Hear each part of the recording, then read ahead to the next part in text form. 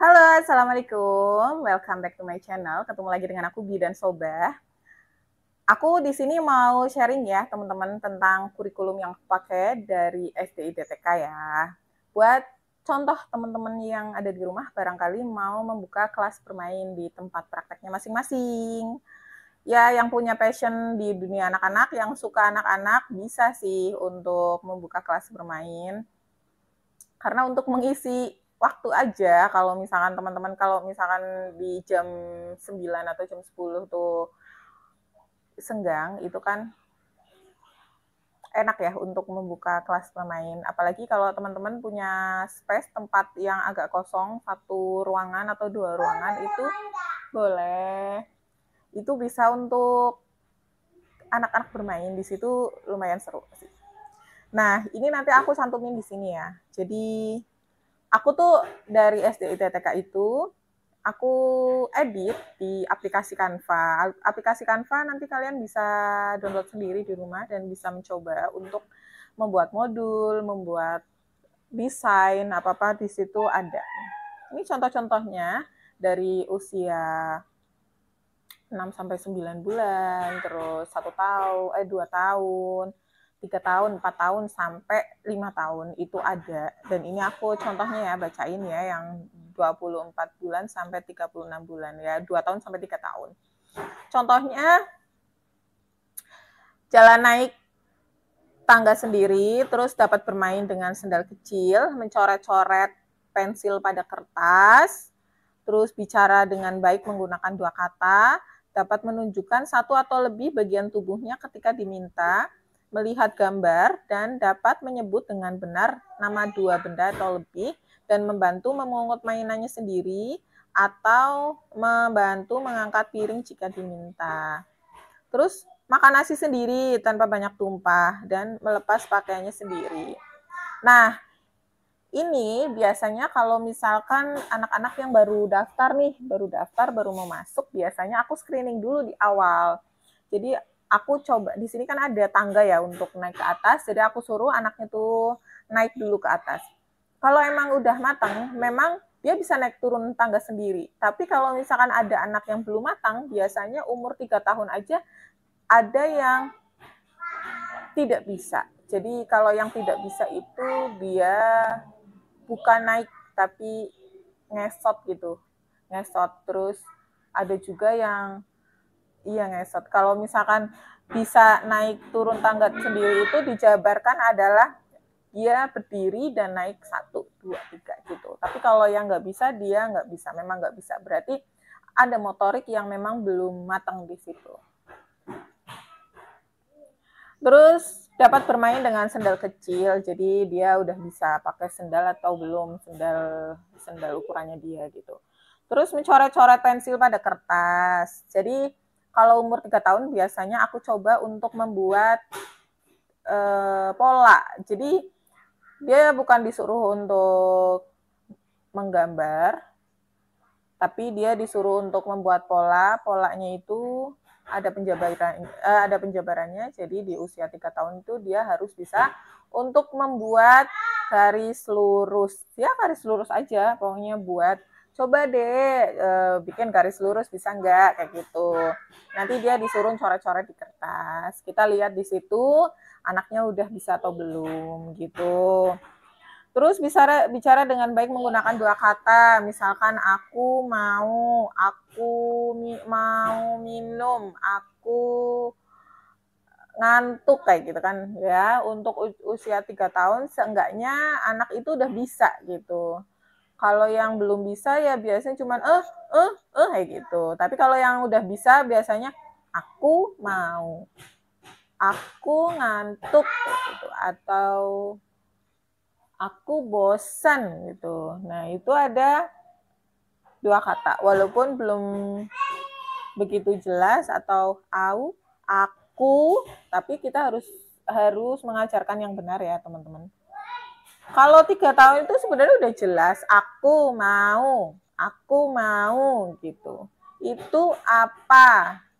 Nah, itu kata-kata yang simple tapi anak umur 2 sampai 3 tahun harus bisa minimal menggunakan dua kata. Itu apa aku mau.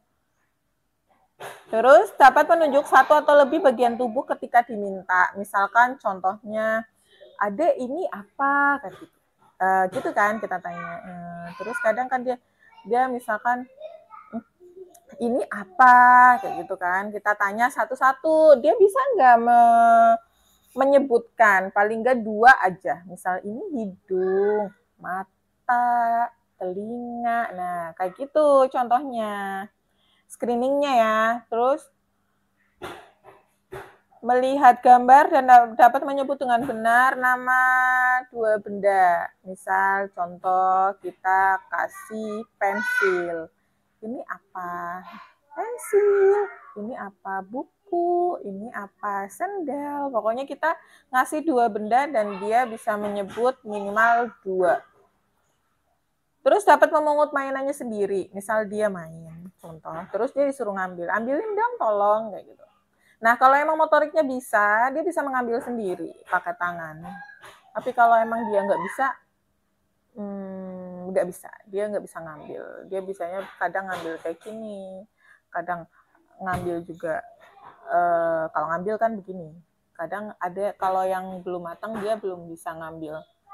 Memang belum bisa ngambil. Jadi, berarti ada yang belum matangnya di sini. Makanya itu kan kenapa kita harus melakukan screening. Terus makan nasi sendiri tanpa tumpah. Ini kita harus koordinasi juga sama orang tua untuk melatih anaknya belajar makan sendiri. Jadi kebanyakan orang tua kan kalau misalkan balita itu kan sukanya disuapin ya. Nah, sebenarnya anak-anak tuh harus diajarkan untuk makan sendiri karena di dalam makan itu ada proses belajar. Di situ proses belajar untuk melatih motoriknya, melatih sensoriknya, itu ada di proses makan. Jadi kalau untuk orang tua yang punya toddler, itu punya balita ya, itu diusahakan untuk makan sendiri. Sama melepas pakaiannya sendiri, itu juga kita nanti tanyakan pada orang tua, dia bisa melepaskan pakaiannya sendiri, paling nggak celananya gitu. Dia bisa nggak? Kalau emang bisa, berarti udah sesuai. Tapi kalau misalkan ada beberapa poin yang kita rasa tidak sesuai dengan checklist yang tadi kita ajukan, ya itu jangan buru-buru langsung kita judge ke orang tuanya ya. Mungkin karena kurang stimulasinya aja di rumah, kayak contohnya dia nggak bisa memungut mainannya sendiri. Mungkin si anak ini tidak dibiasakan untuk membersihkan mainannya sendiri di rumah, atau mungkin dia makan nasi tapi masih berantakan. Kita tanya lagi ke orang tuanya, ini di rumah makan sendiri atau selalu disuapin gitu. Nah, biasanya akan aku di awal screening dulu nih. Misal ada beberapa poin yang kayaknya belum nih. Nah, nanti di screening ulang lagi paling enggak 6 bulan ke depan. Nah, dalam waktu 6 bulan itu kita suruh orang tuanya untuk terus stimulasi di rumah, sama kita latih stimulasi juga di tempat kita, di kelas bermain kita. Nah, kenapa anak itu harus ikut kelas bermain seperti ini ya, untuk melatih motoriknya yang memang mungkin belum matang gitu. Jadi dilatih, distimulasi. Nanti baru kalau misalkan udah beberapa bulan di tempat kita, terus kita kerja sama orang tua juga, ini harus distimulasi juga di rumah. Nanti baru kita evaluasi lagi setelah kurang lebih beberapa bulan ke depan. Kalau misalkan memang ada perbaikan, yang alhamdulillah berarti nanti ditingkatkan lagi stimulasinya. Tapi kalau misalkan kok tetap ya, kayak misalkan dia belum bisa ngomong kayak gitu, dia belum ada satupun kata yang keluar dari mulutnya padahal usianya udah 3 tahun gitu, ya boleh udah distimulasi tapi ternyata belum juga. Nah, itu berarti kita sudah harus ada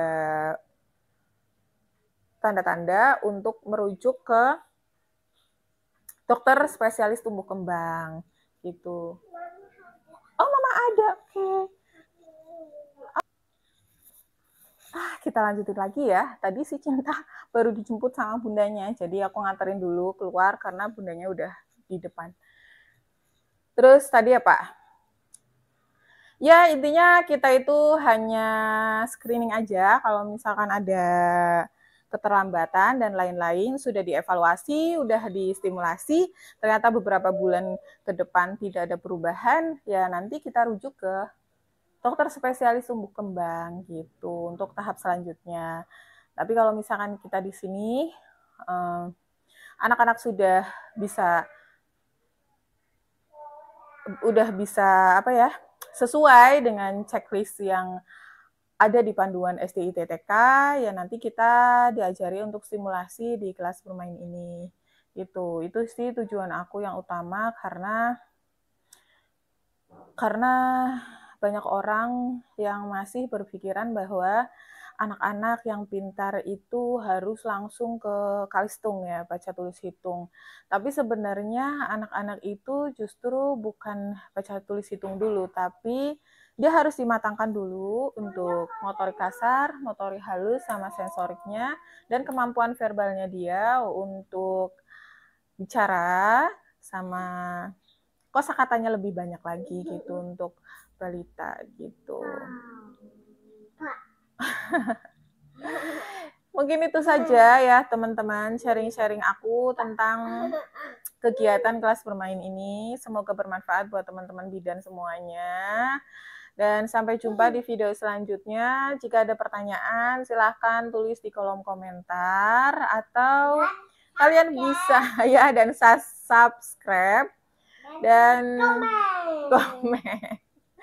Dan bisa DM juga di Instagram aku di Sobah75. Insya Allah di situ aku mau balas DM yang dari kalian yang masuk ke Instagram aku. Oke, sampai jumpa di video selanjutnya. Dadah.